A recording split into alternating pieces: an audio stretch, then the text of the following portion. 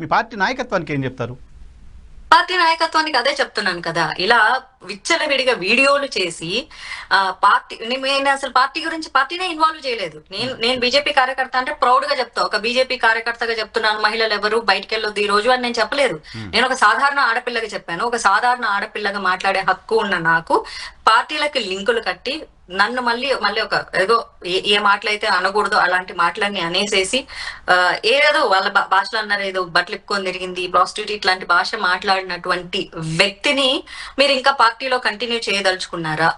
ఈ యొక్క ఇష్యూని తీసుకొని ఆడవాళ్ళని అడ్డు పెట్టుకొని అలయన్స్ మధ్యలో చిచ్చు పెట్టాలనుకొని జగన్ రెడ్డి చాలా మంచోడురా, చాలా మంచోడు అని పొగిడిన వ్యక్తిని ఇంకా మీరు పార్టీలో ఉంచదలుచుకున్నారా? మహిళలకు గౌరవం లేదు, మహిళలు ఎగరండి, డిస్కోతెక్కులు చేయండి, తాడిపత్రి మహిళలకు స్వేచ్ఛ కావాలి, కానీ బయట ఉన్న మహిళలు ఎవరు పతివ్రతలు కాదు, అందరూ పతితలే అని చెప్పినటువంటి ఆ పెద్ద మనిషి, వయసు అయిపోయిన మనిషి, కాలానికి దగ్గర పడుతున్న మనిషిని మీరు పార్టీలో ఉంచుకుంటారా, తీసేస్తారా? ఉంచుకున్నారా అనుకోండి, చంద్రబాబు నాయుడు గారికి కూడా మహిళలు అంటే పెద్ద గౌరవం లేదని నేను ఫీల్ అవ్వాల్సి వస్తుంది. ఎందుకంటే ఆయన భార్యని అసెంబ్లీలో అన్ని మాటలు మాట్లాడినప్పుడు ఆయన మనసు ఎంత బాధపడిందో మేము అర్థం చేసుకోండి.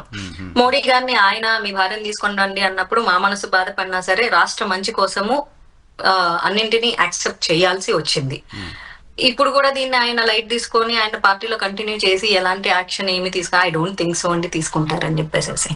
ఇవన్నీ రాజకీయాలండి, రౌడీ రాజకీయాలు. సో ఈ రౌడీ రాజకీయాల్లో నేను తలదూర్చదలుచుకోలేదు, కానీ నేనే తప్పు మాట్లాడలేదు. ఇప్పటికీ నేను చేసిన వీడియోలో నేను తప్పు ఉందని నేను అలాంటి వీడియోలు మరో 100 చేస్తా, అన్ని ఊర్ల పేర్లు పెట్టి కూడా చేస్తాను. తగ్గాల్సిన అవసరమే లేదు. డౌన్ అవ్వకండి మాధవలత గారు, మీరేం తప్పు మాట్లాడలేదు, సమాజం డెఫినెట్ గా అసలు భయం అనేది నాకు లేదు అండి.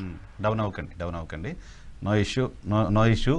జనరల్గా 2 కంపేర్ చేసినప్పుడు జనం డిసైడ్ చేసుకుంటారు ఎవరు ఎటువంటి భాష మాట్లాడారు, ఎవరు ఎటువంటి కల్చర్డ్ వర్డ్స్ వాడారు, ఎవరు కల్చర్ లేకుండా మాట్లాడారు అనేది పబ్లిక్ డిసైడ్ చేసుకుంటారు. అటువంటి వాళ్ళని ఎంకరేజ్ చేస్తున్న వాళ్ళని కూడా ప్రజలే చూసుకుంటారు. కాబట్టి మీరేం